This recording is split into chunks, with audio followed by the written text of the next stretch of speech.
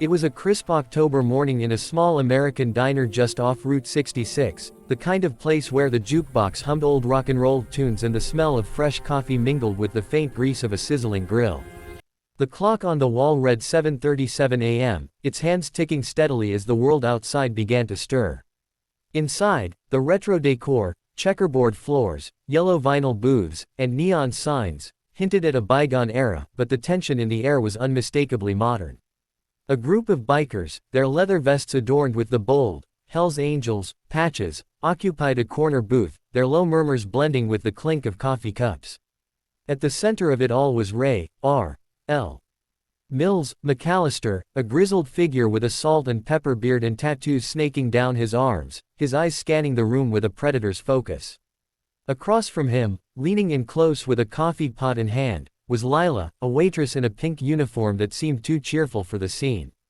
Her dark hair was pulled into a neat ponytail, and her lips moved as she whispered something into Ray's ear, her voice too soft to carry beyond their intimate exchange. The other bikers, tattooed, stoic, and clad in black, watched with a mix of amusement and wariness, their hands resting near their belts.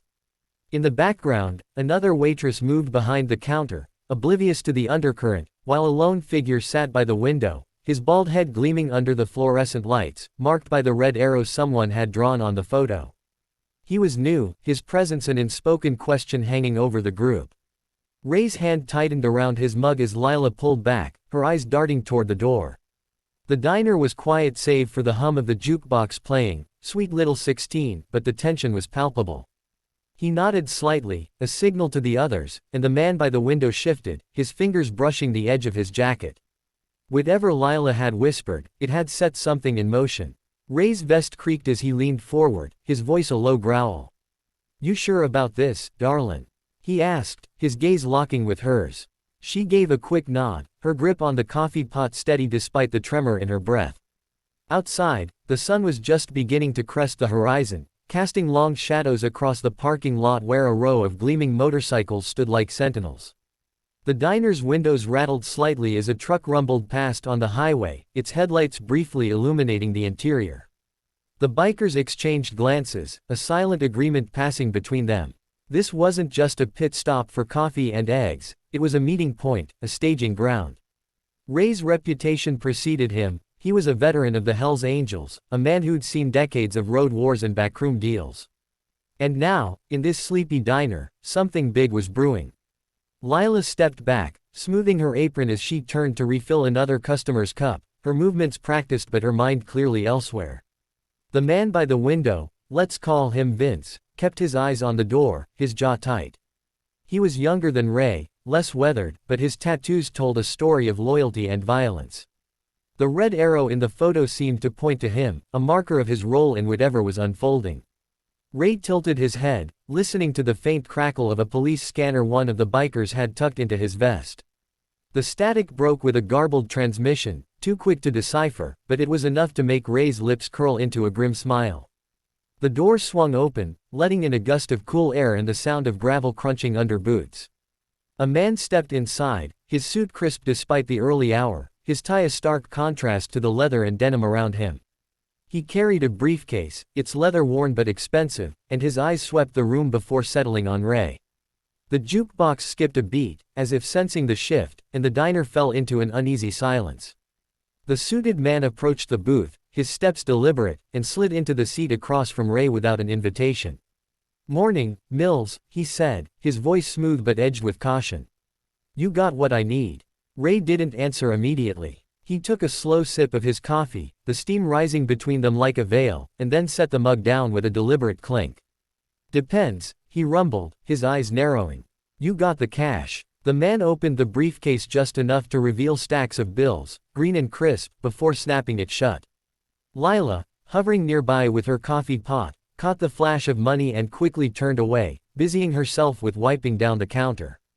The other bikers shifted, their hands moving closer to their sides, ready for anything. Vince's gaze flicked to the suited man, then back to the door.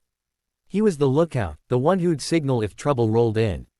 The red arrow seemed to pulse in the photo, a silent reminder of his importance.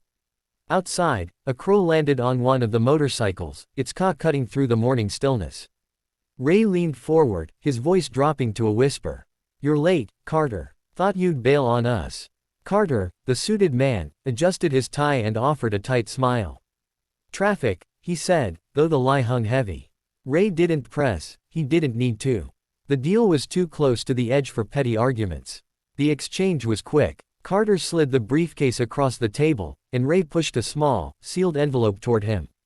No words were spoken, but the weight of the moment pressed down on the diner like a storm cloud. Lila glanced over her shoulder, her heart pounding, but she kept her expression neutral. She'd seen deals like this before, drugs, weapons, information, but this felt different, heavier. The bikers closed ranks around the booth, their vests a wall of defiance against the outside world. Vince stood, stretching casually, and moved toward the window, his hand brushing the curtain aside to check the lot. As Carter tucked the envelope into his jacket, the police scanner crackled again, this time with a clear alert. "All units, possible 10 to 31 at mile marker 42, Route 66. Proceed with caution." Ray's eyes darkened. Mile marker 42 was less than a mile away.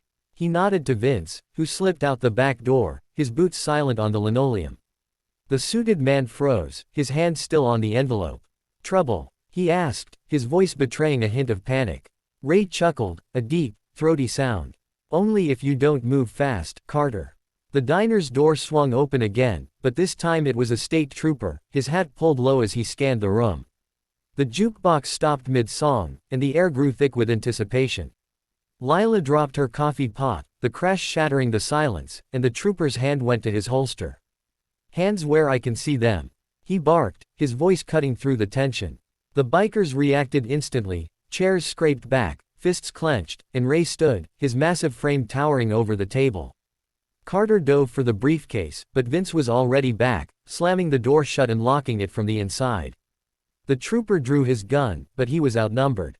Ray raised his hand slowly, a smirk playing on his lips. "Easy, officer," he said, his voice calm despite the chaos. "Just having breakfast." The lie was thin, but it bought them a moment. Lila ducked behind the counter, her hands shaking as she fumbled for the phone. The other waitress screamed, diving for cover, while the bikers formed a semicircle around Ray, their loyalty unwavering.